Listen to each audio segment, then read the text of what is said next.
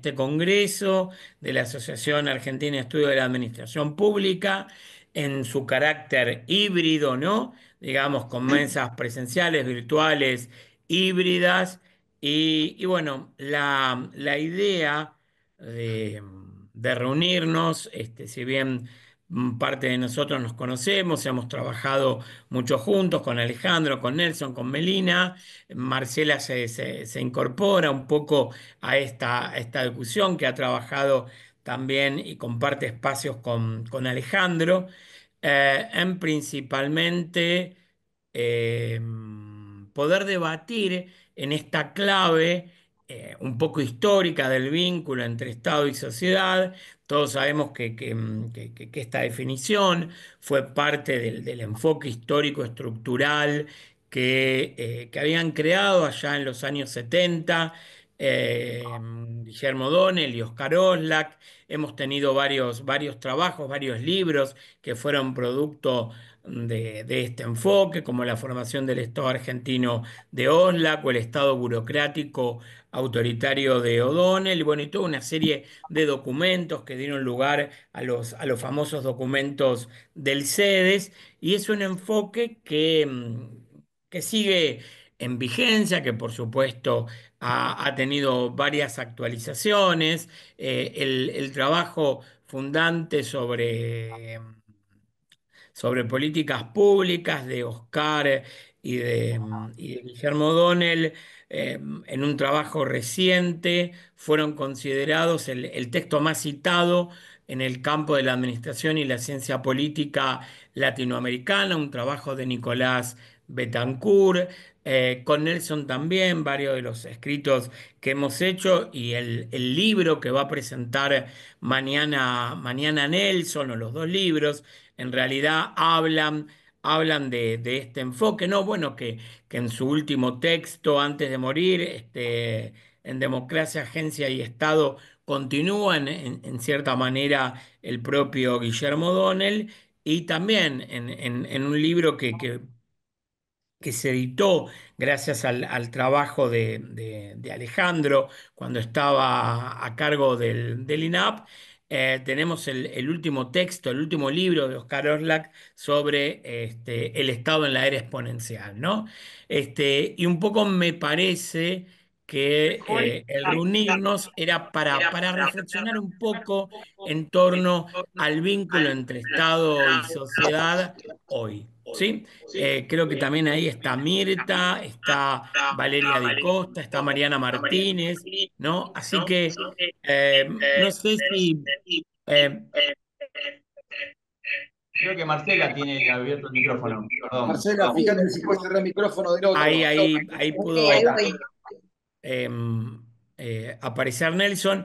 Así sí, si les parece, me gustaría que comencemos en esta reflexión corta, dinámica, porque somos bastantes y hay poco tiempo. Como dijimos al comienzo, me gustaría invitarlo a Alejandro, si puede ser, no es que quiero decir que sea más grande que todos nosotros, No, porque, no. pero, pero bueno, por su trabajo, me gustaría, Alejandro, si podés comenzar vos y para ir turnándonos, pedirle que continúe a Melina, a Marcela y a Nelson, ¿sí? Si les parece en este orden. Así que, Alejandro, para vos, la cámara y el micrófono.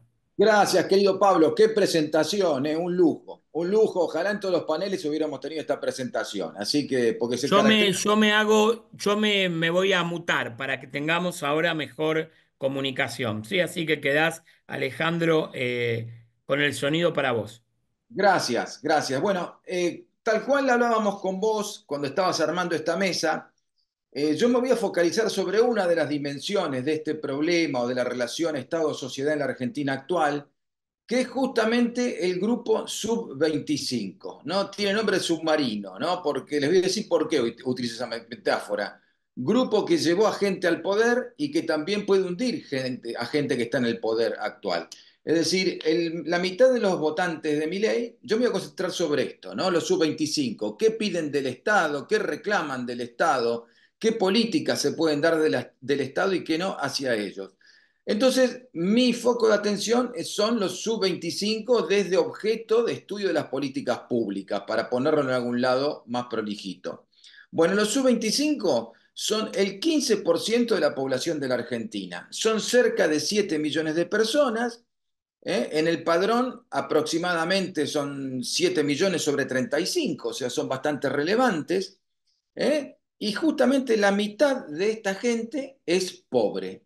O sea, la mitad de los sub-25 son pobres, o tal vez más, de acuerdo a lo que diga el INDEC hoy, pero con la estadística que yo tenía el día de ayer, era el 50% de esas 7 millones, o sea, 3 millones y medio de personas que votaron a Milei un poco más, son pobres.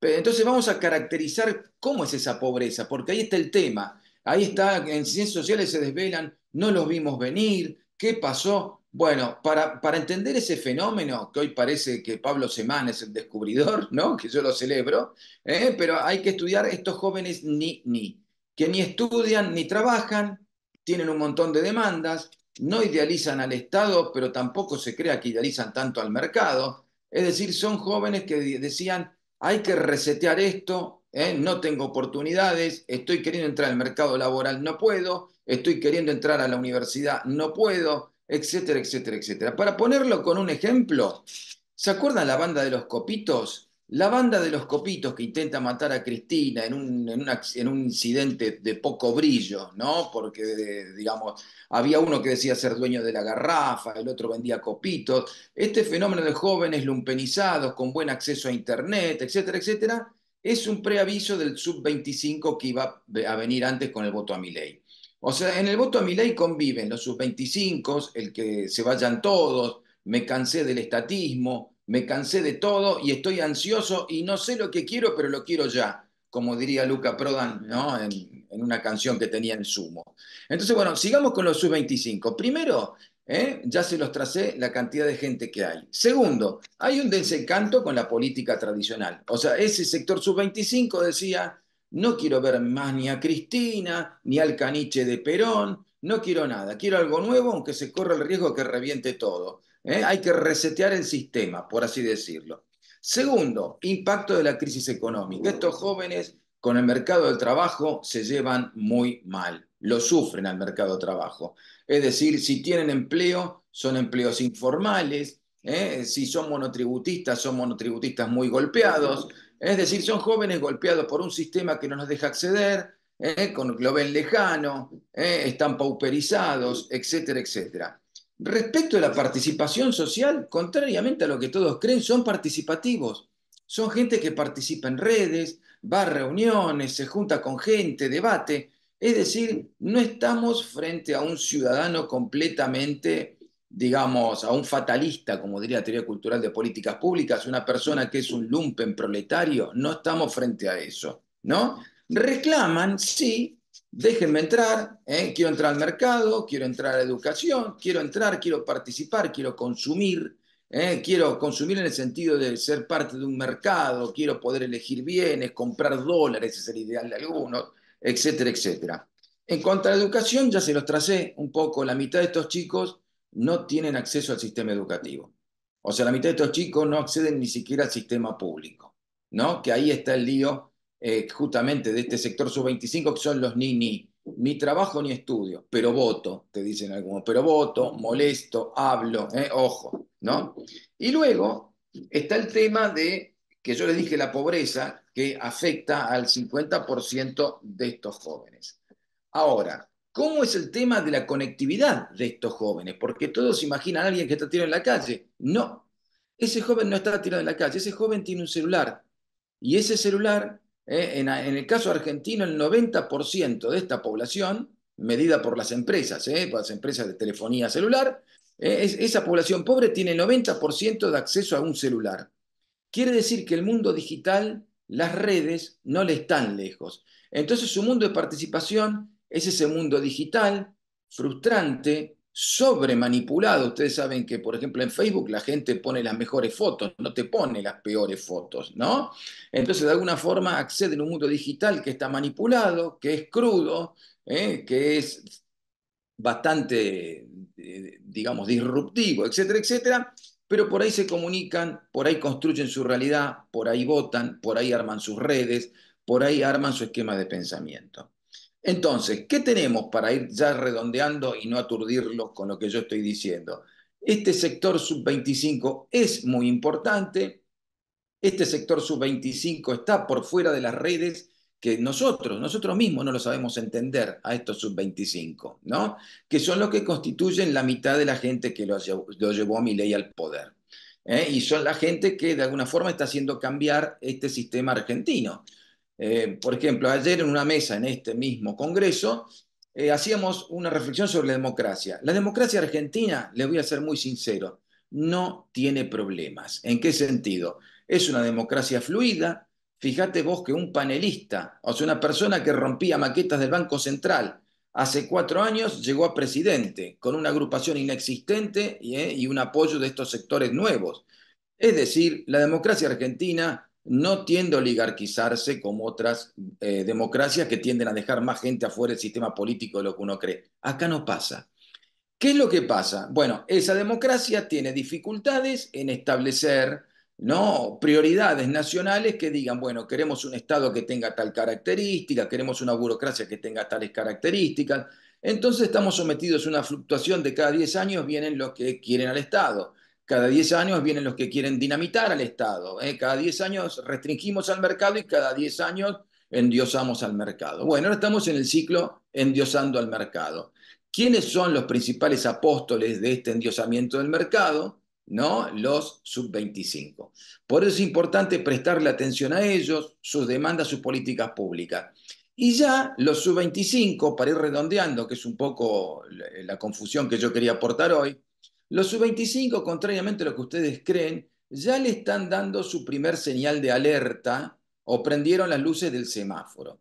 Desde el 8 de septiembre para acá, el gobierno empezó a sentir una caída bastante importante, algunos la dan en 10 puntos, otros la dan en 8 puntos, de la popularidad de Milei, o ese índice de aceptación, especialmente en este grupo sub-25.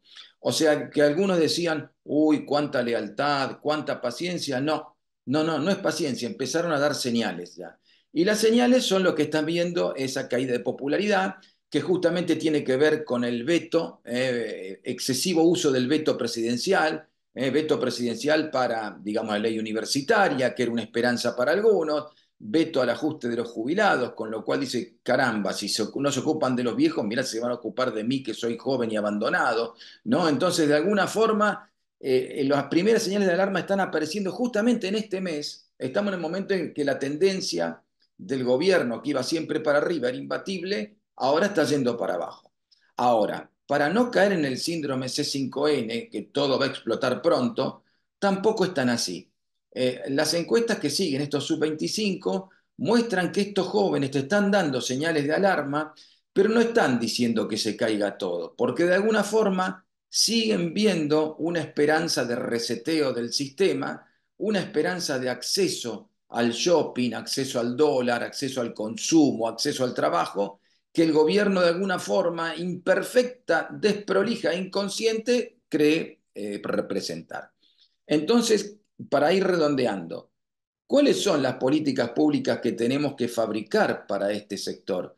Muy sencillo. Nosotros, como expertos en políticas públicas, como gente que nos interesan los ciudadanos, como gente que quiere al Estado y que cree que el Estado es una herramienta indispensable para incluir a esta gente, hay dos políticas básicas que se pueden hacer hacia ellos. Primero, focalizar una política educativa que permita rápida salida laboral.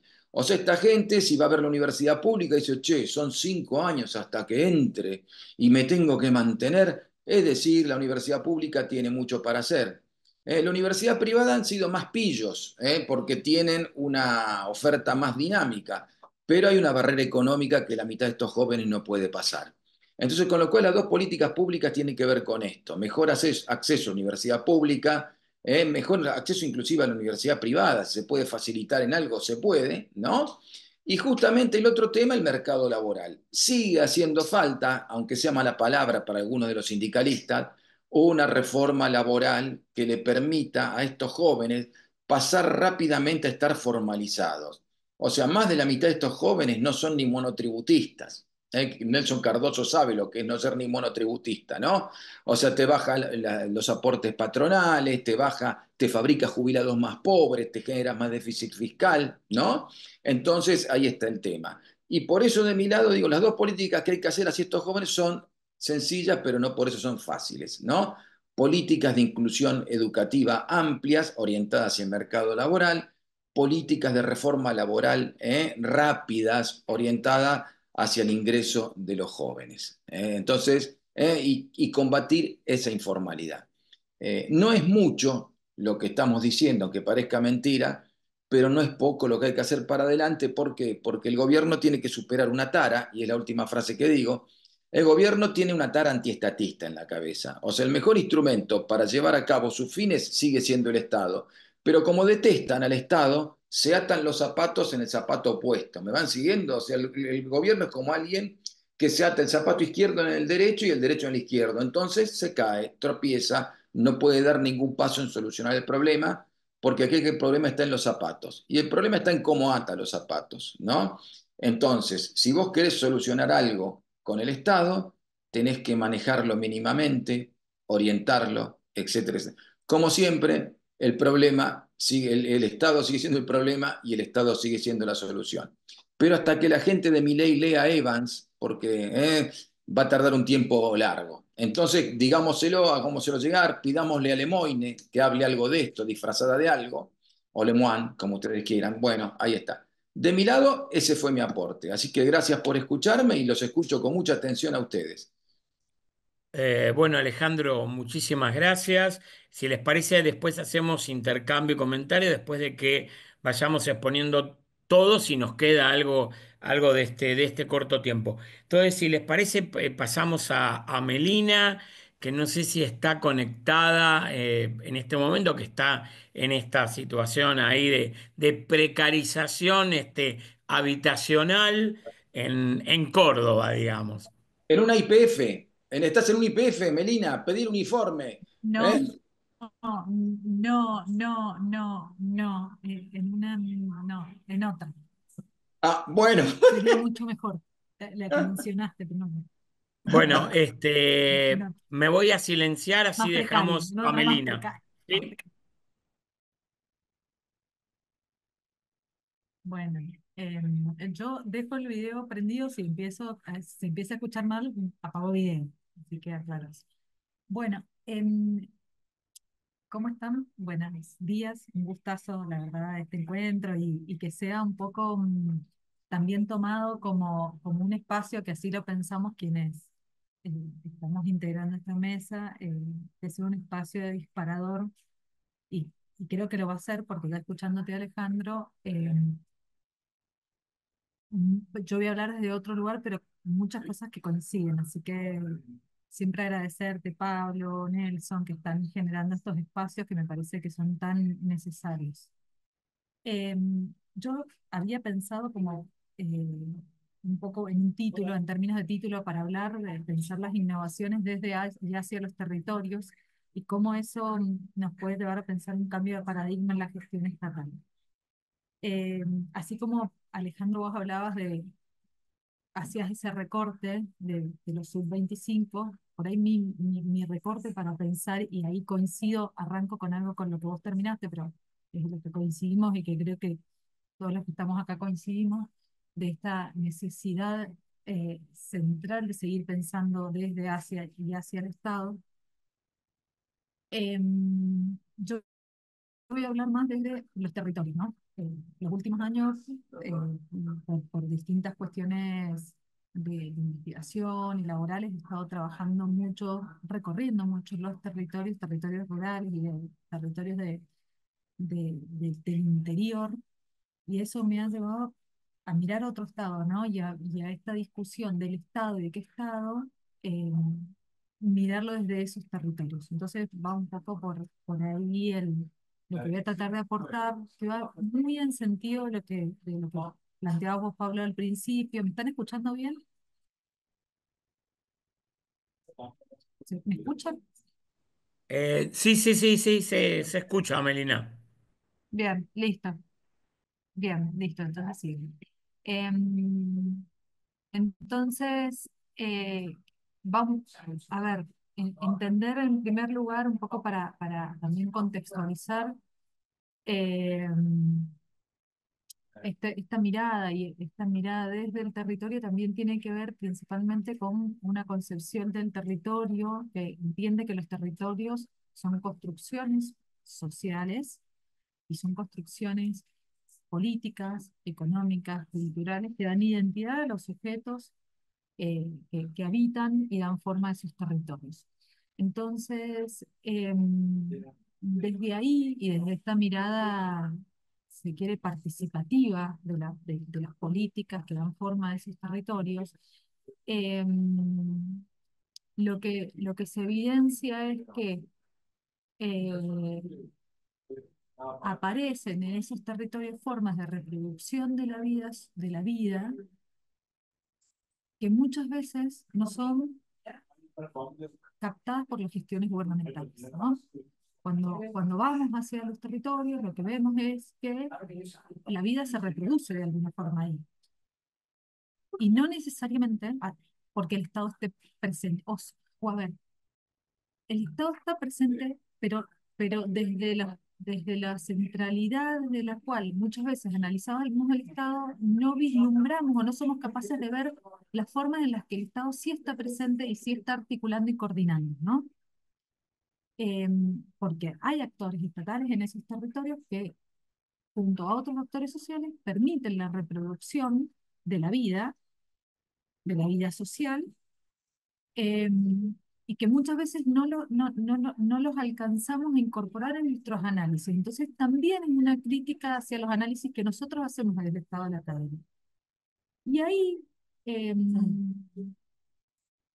algunas preguntas centrales que tenían que ver con estas reflexiones tienen que ver qué estamos haciendo cuando pensamos tanto desde el Estado como cuando lo pensamos en términos de gestores, para garantizar la sustentabilidad de la vida humana, en definitiva, porque en estos territorios lo que se juega un poco es eso. Cuando estamos hablando, cuando uno dice, bueno, que vivimos en un país en el cual la pobreza en el primer semestre de este año superó ya el 50%, que esa pobreza además para sectores que tienen que ver, por ejemplo, en niños y adolescentes, alcanza más del 70%. Afortunadamente, quienes estamos en este panel no la vivimos no vivimos esa realidad, pero hay más de un 50% de la población que sí la vive. Entonces, ¿cómo hace? Y sigue viviendo. Uno se pregunta, bueno, ¿cómo hace para seguir viviendo? Cuando además el Estado, y ahí también vuelvo a autores que Alejandro los mencionaba, eh, pienso siempre en eh, o a estar cooptado. Está presente o estar cooptado. Entonces, la pregunta es cómo se reproducen esas formas de vida social con estos índices. Eh, y entonces, desde ahí pensar, yo soy una defensora del Estado, que creo que quienes estamos acá lo somos, entonces repensar cuál tendría que ser ese rol del Estado. Y ahí, yo creo que vos lo mencionabas, Pablo, el texto de Oscar y Guillermo O'Donnell sobre políticas estatales sigue estando más vigente que nunca, eh, sobre todo cuando ellos vean, y que también lo hacen, ahí tomo un texto que me parece siempre tan interesante, también el de Mabel Rey, cuando dividen al Estado y lo entienden al Estado como una relación social, como un conjunto de instituciones, que el Estado se materializa, y como en términos dinámicos, como un conjunto de políticas públicas, ¿no? Y yo creo que el, a ver, lo que está ocurriendo en alguna medida es que el conjunto de instituciones en las que el Estado se materializa y el conjunto de políticas en el que muestran esa dinámica estatal no están pudiendo ver lo que pasa en el Estado entendido como un conjunto de relaciones sociales. Hay como ahí un quiebre, que también se aplicaría a lo que Alejandro recién analizaba con este grupo, los sub-25. Esa dinámica del Estado materializada en instituciones y dinamizada a través de políticas, está como alejada de el Estado en términos de relación social. Entonces aparece ahí un gran dilema. Yo ese dilema lo leo en términos de los territorios. Bueno, ¿cómo hacemos entonces para de la participación ciudadana? Yo estudio, mi principal línea de investigación tiene que ver con la participación ciudadana. Entonces, ¿cómo dejar de pensar la lógica y el enfoque de las políticas públicas participativas desde una perspectiva que es top-down, sino pensarlo desde poder aprender de esas lógicas de reproducción que se están dando en los territorios? Y entonces por eso les decía que me parece que esa concepción de Oscar y de Guillermo sigue tan vigente, porque nos permite pensar a dónde está el quiebre, ¿no? Entonces, bueno, sigue siendo una sociedad sociocéntrica, es una sociedad sociocéntrica, es una sociedad estadocéntrica. ¿Y qué podemos aprender desde las gestiones gubernamentales de estas dinámicas? Y ahí un poco escuchándolo a su virada ayer, cuando él planteaba esto de que siempre teniendo esta concepción del Estado en esas tres dimensiones, nuestros aparatos gubernamentales siguen reproduciendo una lógica verticalista del poder y una lógica eh, que tiende a la homogeneización y la igualación de todos los ciudadanos. Y lo que vemos en los territorios es que hay diversidad y que las respuestas que para uno no sirven para otros. Y que en la conformación de esos territorios, esos actores sociales y estatales que coordinan, sí las reconocen. Entonces, ahí hay como cuestiones muy interesantes para repensar, en vez de anular al Estado, como repensar el Estado, repensar cuáles son las capacidades que se requieren. Y en ese sentido también una crítica o un repensar en cuál es nuestro rol desde la academia. Entonces, ¿cómo enseñamos? ¿Desde dónde nos posicionamos? Em, yo creo que en términos de, concretamente, cuando pensamos la participación ciudadana, tiene que ser una participación que esté ideologizada, no significa partidizada necesariamente, pero sí que tiene que haber un posicionamiento y un posicionamiento nuestro como académicos y tiene que también estar ligada a una concepción de qué entendemos por desarrollo, ¿no? Sobre todo hoy en día, cuando están en pugna, bueno, estos modelos de desarrollo que parecería principalmente lo que pasó hace 3 o 4 días, que me parece absolutamente peligroso, el hecho de que no hayamos, frente a la ratificación, a la firma de 193 países, nosotros como país nos hemos ratificado el Pacto por el Futuro y hayamos quedado al lado de países como Venezuela, cuando tanto era el miedo de parecernos a Venezuela, hoy estamos al lado de países como Venezuela, Nicaragua, Bielorrusia, el desafío de cómo nos vemos en el futuro, ¿no? Que fue lo que pasó en la ONU con el discurso, lo habrán visto, de nuestro presidente el día martes. Entonces, creo que ahí tenemos la responsabilidad también de la academia, de la intención, este sesgo no positivista, académico y técnico, en el cual muchas veces conceptualizamos al Estado y a la realidad escindida del modelo económico, escindida de los problemas de redistribución que tenemos en nuestra sociedad y empezar a pensar el Estado eh, desde estas problemáticas, desde lo que pasa en los territorios, porque ese creo que es como el gran desafío que nos debemos y que nos ha llevado hasta acá. Entonces, dejo como planteados 3 grandes interrogantes por ahí para la discusión posteriores. En primer lugar, bueno, ¿cuáles son las capacidades que requerimos desde las gestiones gubernamentales para impulsar y acompañar muchas veces esas iniciativas que surgen desde la sociedad y que sí involucran actores estatales, pero que muchas veces los invisibilizamos? Y ahí poner un poco en discusión el concepto del servicio público, ¿no?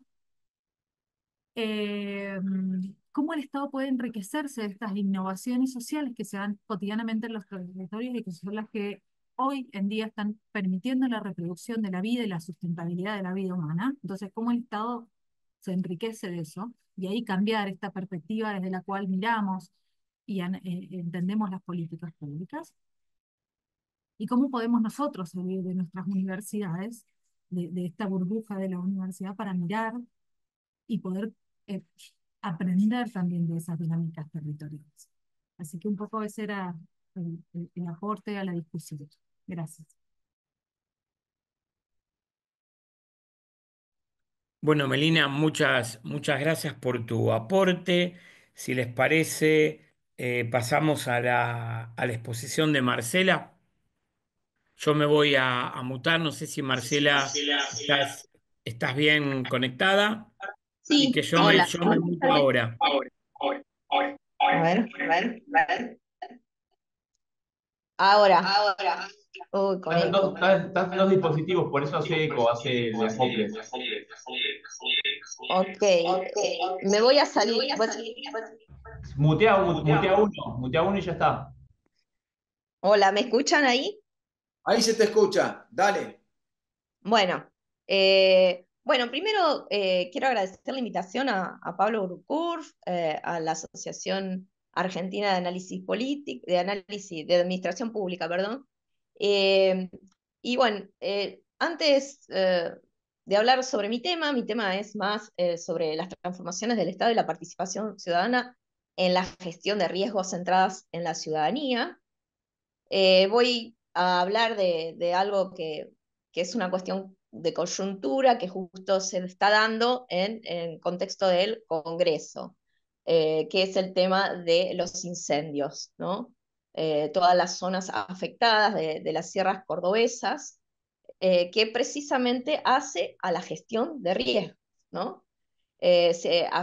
Afectó la infraestructura pública, con la destrucción de la conectividad, como caminos rurales y puentes, hubo destrucción de bosques, de áreas protegidas, también hubo un fuerte impacto va a tener eso en la industria del turismo, en la agricultura y en la ganadería, y también en todas las viviendas que se destruyeron, bueno, en la calidad del aire por el incendio, en la salud y en todo el bienestar de la población.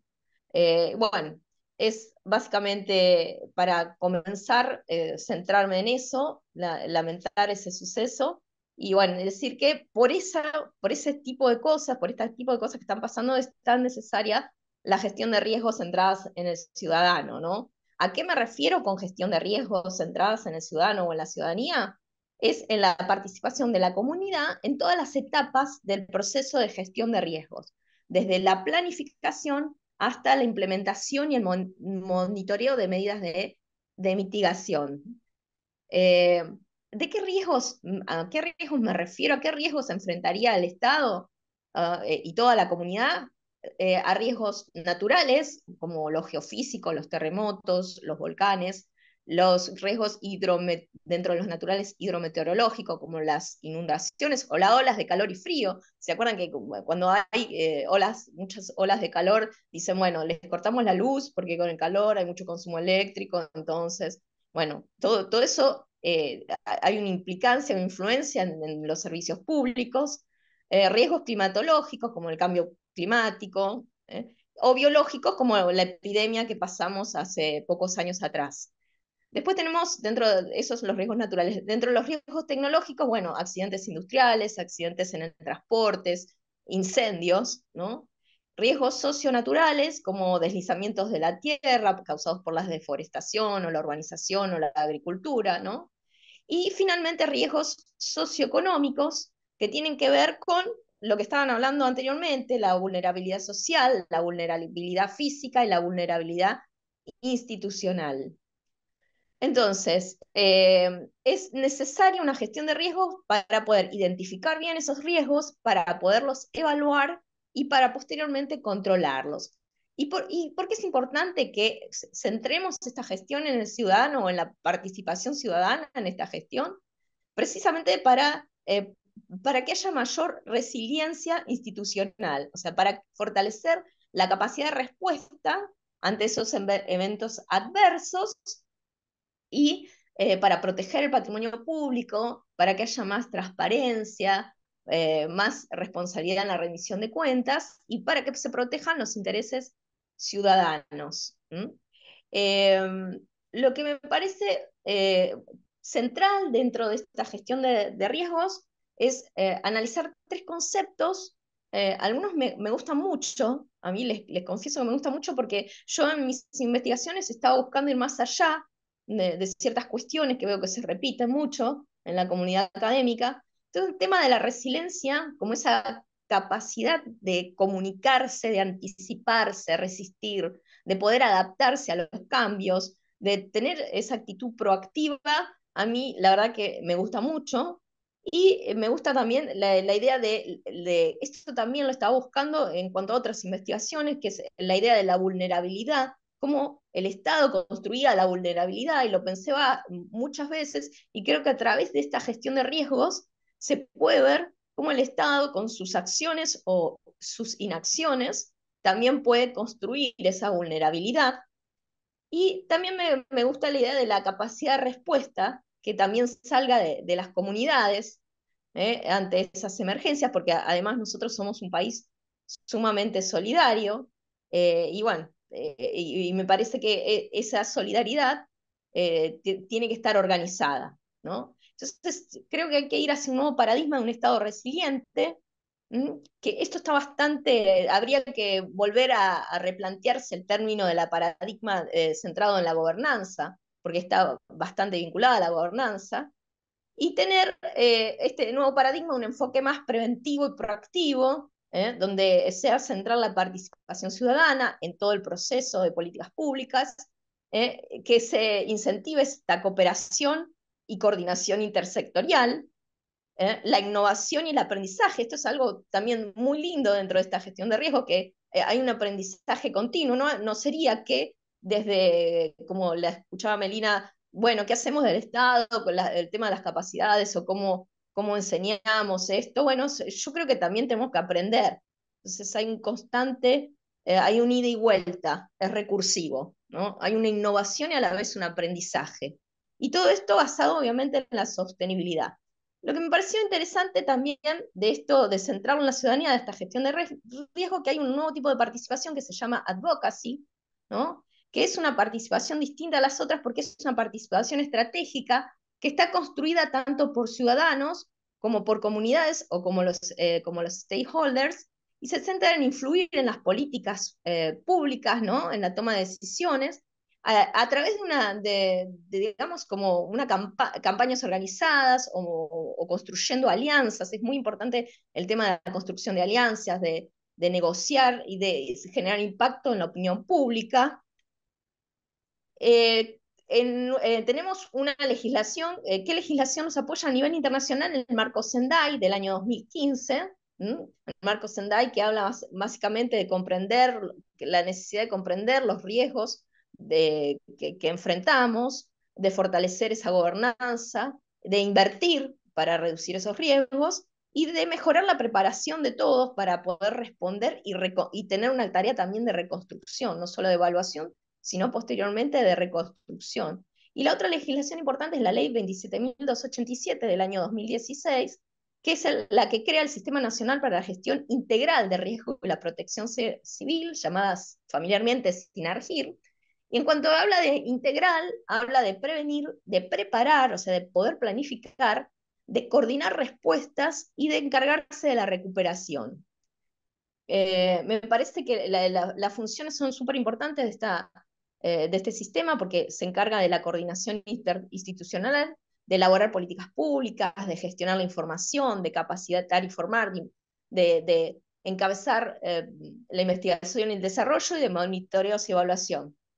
Los desafíos para esta gestión de riesgo estarían dados más que nada en la coordinación, en la limitación de los recursos, en una falta de cultura de prevención y también de un enfoque reactivo que tiene el Estado y no proactivo, o sea, actúa después que pasan las cosas y no planifica digamos, previene antes de que suceda, y bueno, los desafíos que puede llevar a la implementación de este modelo.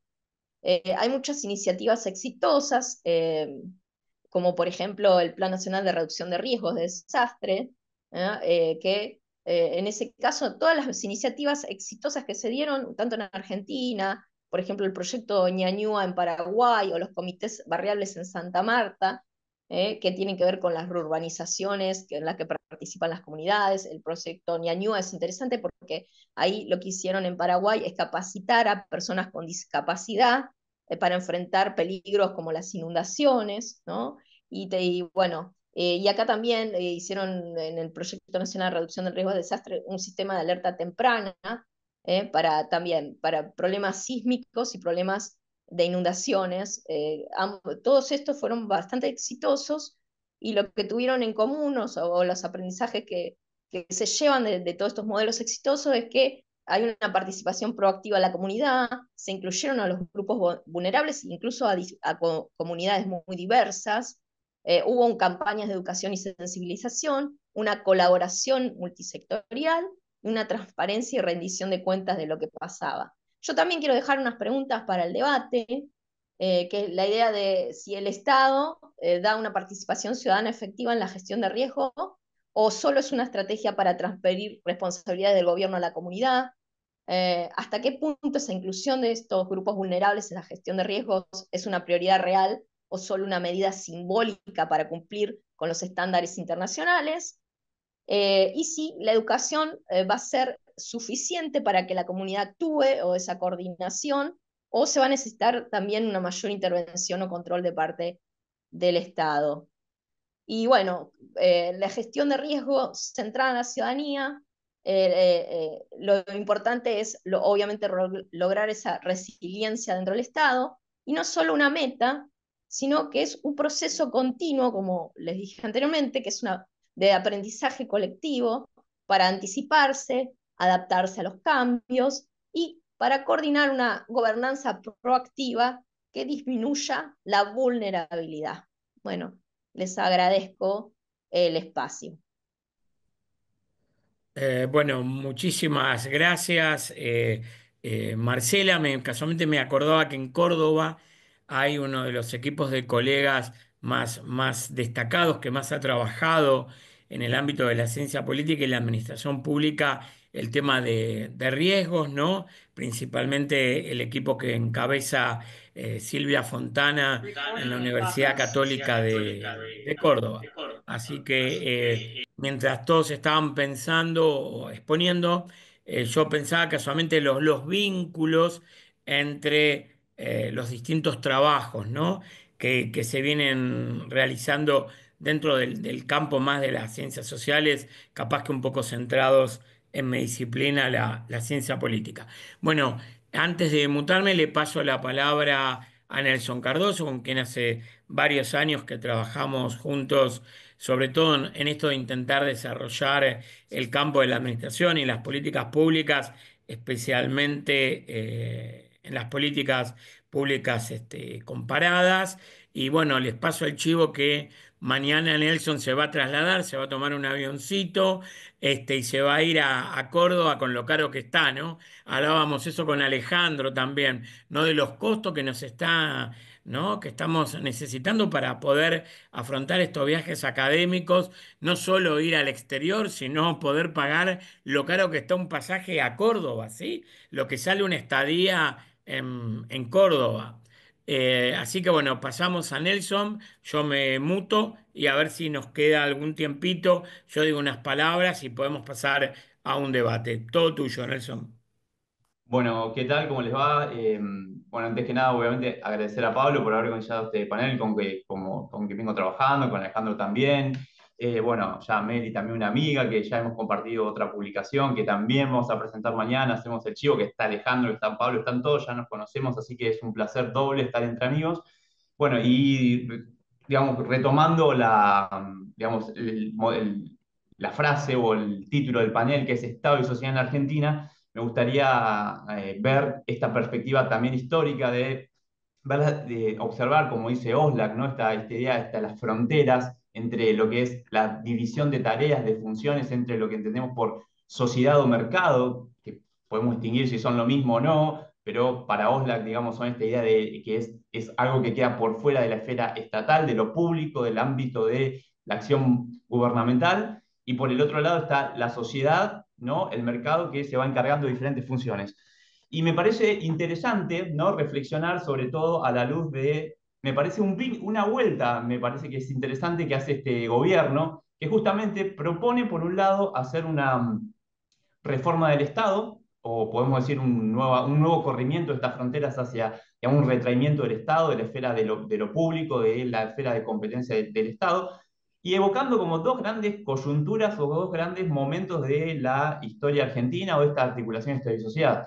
Por un lado, dice, bueno, el modelo agroexportador, el modelo posterior a la unificación del Estado argentino, a la formación del Estado argentino, que es lo que entendemos por el Estado llamado liberal o el Estado que va de 1880 a 1930, y también hace como un modelo, o se referencia en el modelo de los años 90 y el proceso de reforma hacia una economía de mercado que también recupera. Entonces, yo quiero hacer un recorrido por estas diferentes articulaciones entre Estado y sociedad que tuvimos a lo largo de nuestra historia como Estado, como país, como nación, en términos más de como país o como Estado ya formado, y ver algunas diferencias con lo que podemos ver en el proceso previo de reforma del Estado.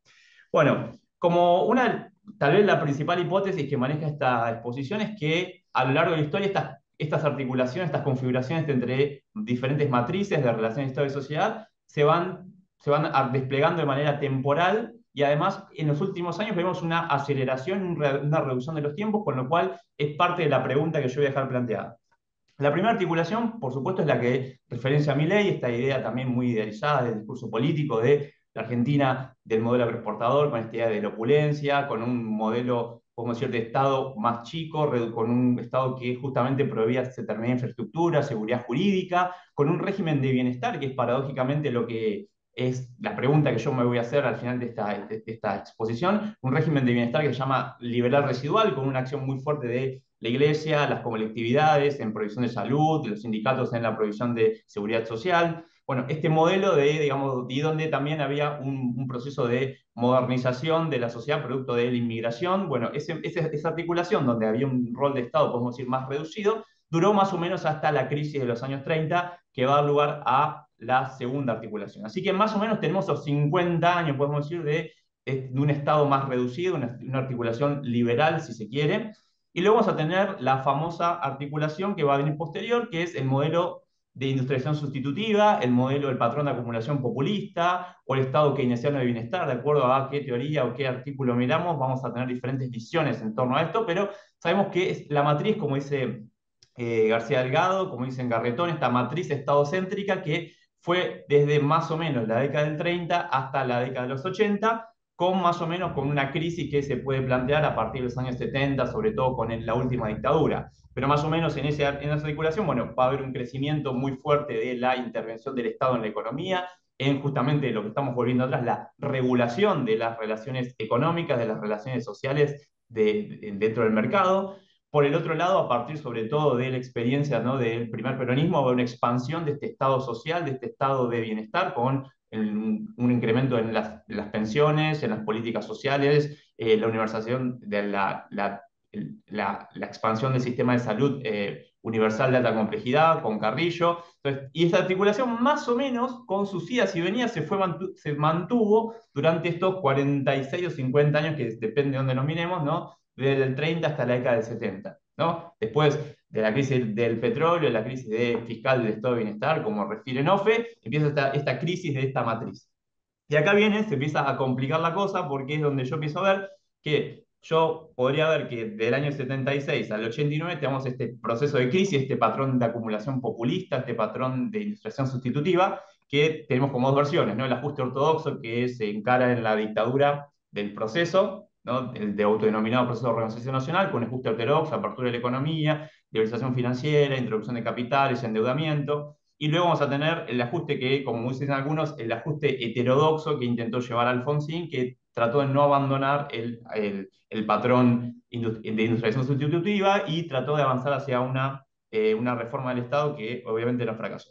Luego tenemos el segundo momento que endiosa Milei, ¿no? Que nuestro actual presidente, que es el momento de las reformas estructurales y el periodo llamado neoliberal, que básicamente implica un corrimiento de fronteras hacia atrás, es devolverle a la sociedad, ¿no? A partir de esto que llamamos reforma del Estado, con esto que Oslak ya dijo, ¿no? Con esto en su artículo Estado y sociedad, las nuevas fronteras, con primero esta reducción del tamaño del Estado, por el otro lado esta rearticulación de, Estado, de las relaciones con las privatizaciones, las desmonopolizaciones, la descentralización y la desregulación de la actividad económica, que más o menos, ¿no? Nos da un periodo de más o menos 12 años, del 89 al 2001, con la crisis del neoliberalismo que implicó tal vez el 2001, que fue que marca la historia de la Argentina actual o la Argentina post-neoliberal, que ahora podríamos reescribir, ¿no? Entonces, ese periodo neoliberal, ese periodo de contracción o apertura hacia el mercado, va a entrar en crisis a partir de 2001, que es parte, también va a pasar lo mismo en Brasil en el año 99, y va a dar lugar a esta nueva fase estatista o esta fase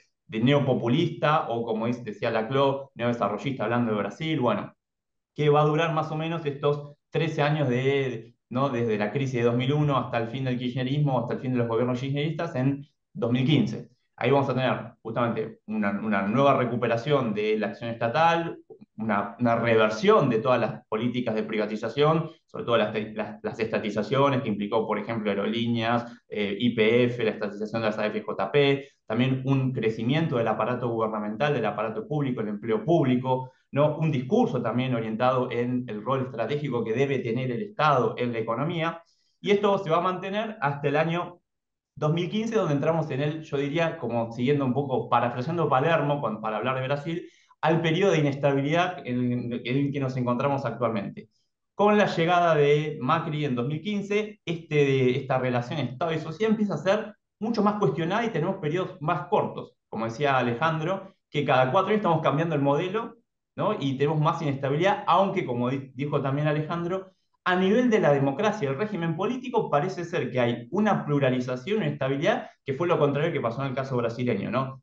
Palermo habla en el caso brasileño, lo que pasó es que más o menos el modelo se mantuvo, pero lo que tenemos es una inestabilidad política. Acá tenemos por lo menos cierta inestabilidad política, cierta como pluralización, cada vez más, es un sistema mucho más equilibrado a nivel federal, a nivel de las provincias, pero a nivel de lo que debe hacer el Estado o lo que le corresponde al mercado, estamos oscilando de un momento a otro y cada 4 años, ¿no? El modelo de Macri trató de hacer una reforma gradualista, racionalista, que fracasó. Después vino el periodo de Alberto, que buscó volver al patrón de acumulación llamado populista, un patrón más estatista. Y ahora estamos en esta nueva coyuntura que nos plantea una reversión total de un retroimiento, una destrucción del Estado, la motosierra y la licuadora, que justamente es muy radical.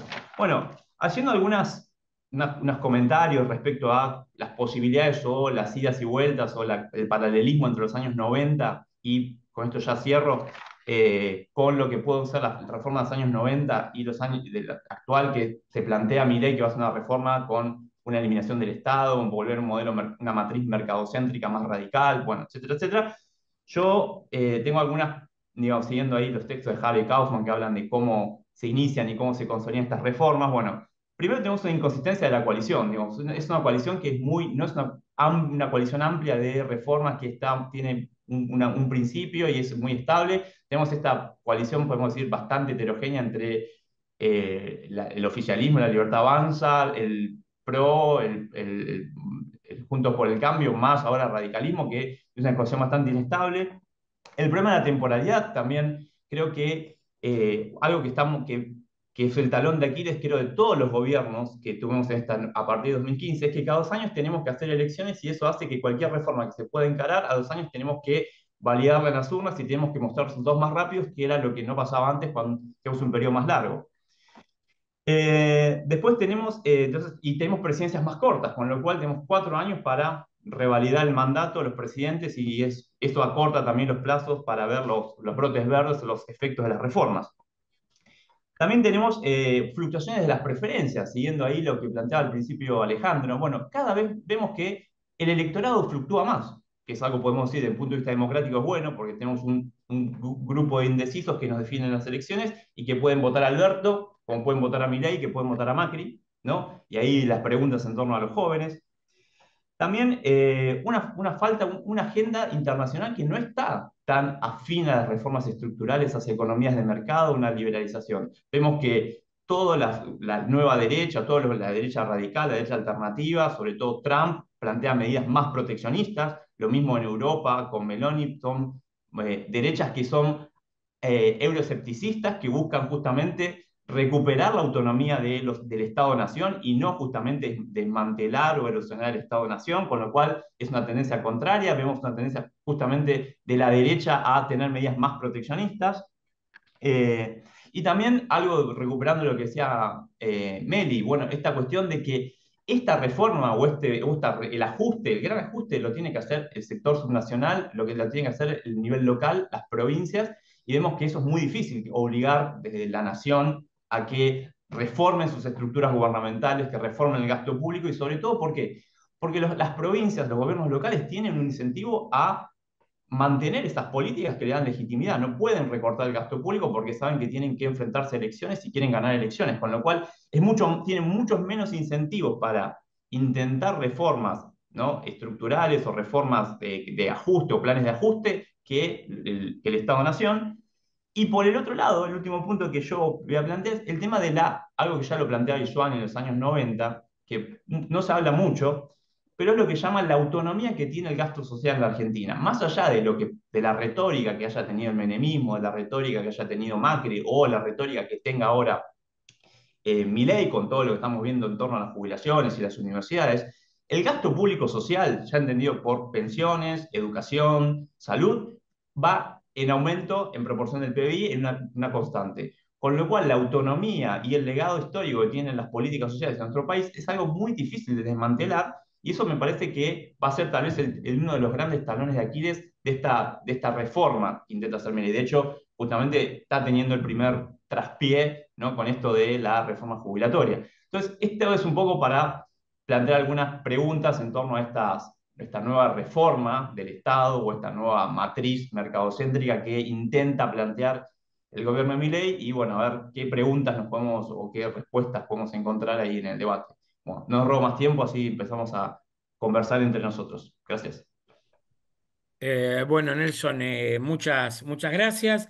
Nos quedan apenas unos 10 minutitos porque piden por favor que entreguemos la sala y es comprensible por que son 8 salas, digamos.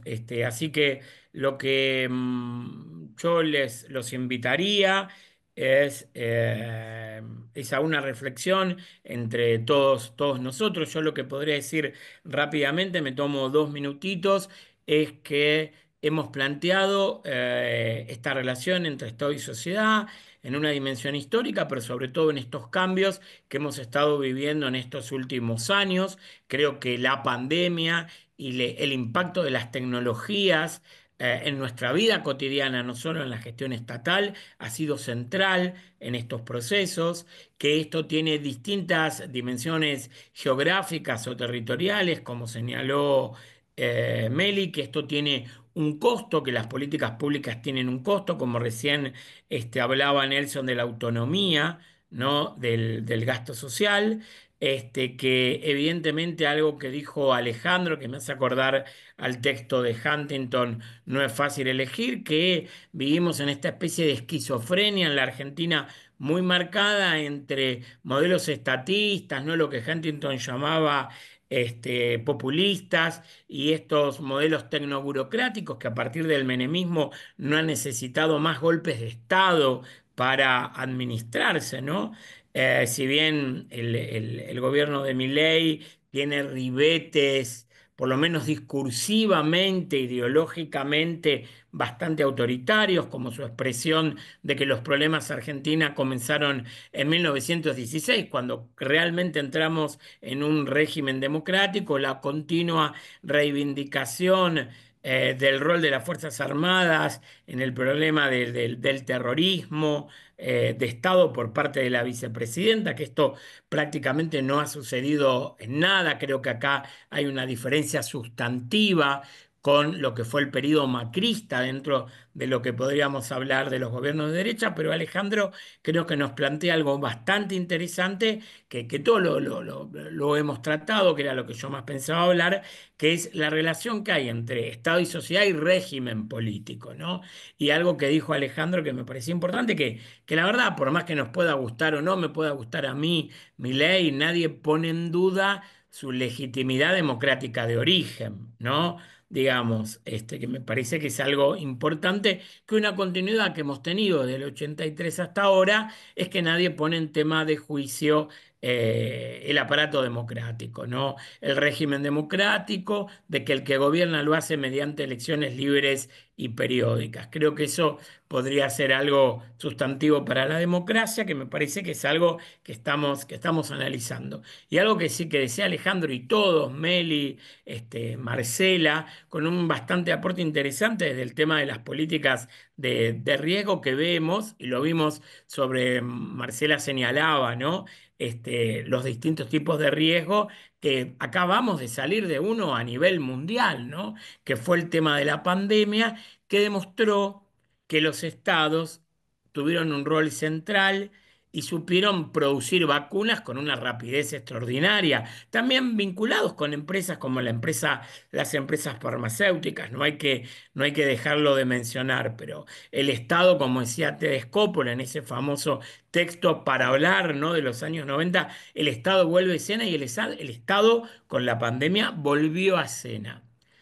Y eso creo que generó consecuencias, ¿sí? Estamos viviendo en este mundo post-pandemia que hizo cambios sustantivos, ¿no? Cambios sustantivos en los procesos educativos, como esto que estamos haciendo ahora, estar reuniéndonos en un congreso por Zoom. Creo que ahí la tecnología tiene un factor sustantivo. Yo recordaba el libro de Osler, La Era Exponencial, que la verdad que es un texto que existe gracias a la excelente gestión que tuvo en el INAP Alejandro, que hoy se hace sentir, ¿no? Hoy lamentablemente se hace sentir por la poca continuidad de las políticas académicas que tuvimos durante ese periodo y que continuaron y también en periodos anteriores, ¿no? Pero me parece que estamos en un gran momento de cambio, de enorme cambio. No sabemos bien hacia dónde va a ir ese cambio. Nelson lo mencionaba también, ¿no? Estamos otra vez mediante políticas pro mercado, pero no sabemos en realidad cuál va a ser el alcance y hacia dónde van a llegar. Y otra cosa que señalaron varios es el tema de la temporalidad. Parece que los tiempos se van acortando, que las exigencias son grandes, no sabemos hacia dónde, lo decía también Alejandro, pero estamos frente a un ejemplo, a un gobierno que subió con una imagen, con un voto muy grande, casi el 56%, pero notamos que durante los primeros meses, a pesar de que ningún indicador dado por el propio gobierno fue positivo, excepto la disminución del gasto público, porque aumentó la pobreza, la inflación cuesta domarla, ¿no? O sea, los propios indicadores del INDEC son malos. Pareciera que parte de la ciudadanía tenía cierta esperanza, cierta posibilidad, ¿no? Y hoy tiene algunos índices de legitimidad bastante claros, pero tenemos por lo menos hace un mes, una caída muy rápida y vertiginosa de la imagen del gobierno, también en este marco del veto, ¿no? A determinadas políticas públicas que mejorarían evidentemente sustantivamente la condición de los ciudadanos, sobre todo de gran parte de la ciudadanía, que es la tercera edad, que está bajo un sistema jubilatorio, o el tema de lo que está pasando a nivel de la educación en general y de la educación superior. Así que bueno, nos quedan 4 minutos. Le voy a pedir que el primero que expuso Alejandro nos diga unas palabras de cierre y comentario, y si nos queda algo más, lo hacemos. Así que Alejandro, te paso la palabra. Gracias, Pablo. Muy buena reflexión la que hiciste. Yo para hacer, digamos, para devolver el aula en tiempo y forma, muy cortito. Vimos excelentes exposiciones Y la reflexión que hicimos todos aportó a trazar un poco este clima de época, la relación Estado-sociedad, ¿no? Desde el punto de vista del riesgo, desde el punto de vista de las crisis, desde el punto de vista del territorio, desde el punto de vista de los sub-25. Yo pienso que el mensaje que podemos dejar en lo nuestro es: hay que estar atentos a los fenómenos emergentes. O sea, ahí se juega este partido. En estos fenómenos emergentes que tal vez el Estado es lento en hacer algo con ellos, ¿no? Por un tema, si vos querés, burocrático, pero ahí está el fenómeno. O sea, en las cuestiones emergentes que de alguna forma las políticas públicas tardan en registrar o tardan en buscar hacer algo. Esa es mi reflexión. Y agradecerle a todos ustedes los aportes que han hecho, porque sinceramente fue una mesa hermosa. Yo terminé. Desmuteate, Pablo, si querés. Sí, sí, sí. No sé si alguien más quiere hacer algún comentario, Marcela, Melina, Nelson, que nos quedan 3 minutos. Bueno, dale, Nelson, vos.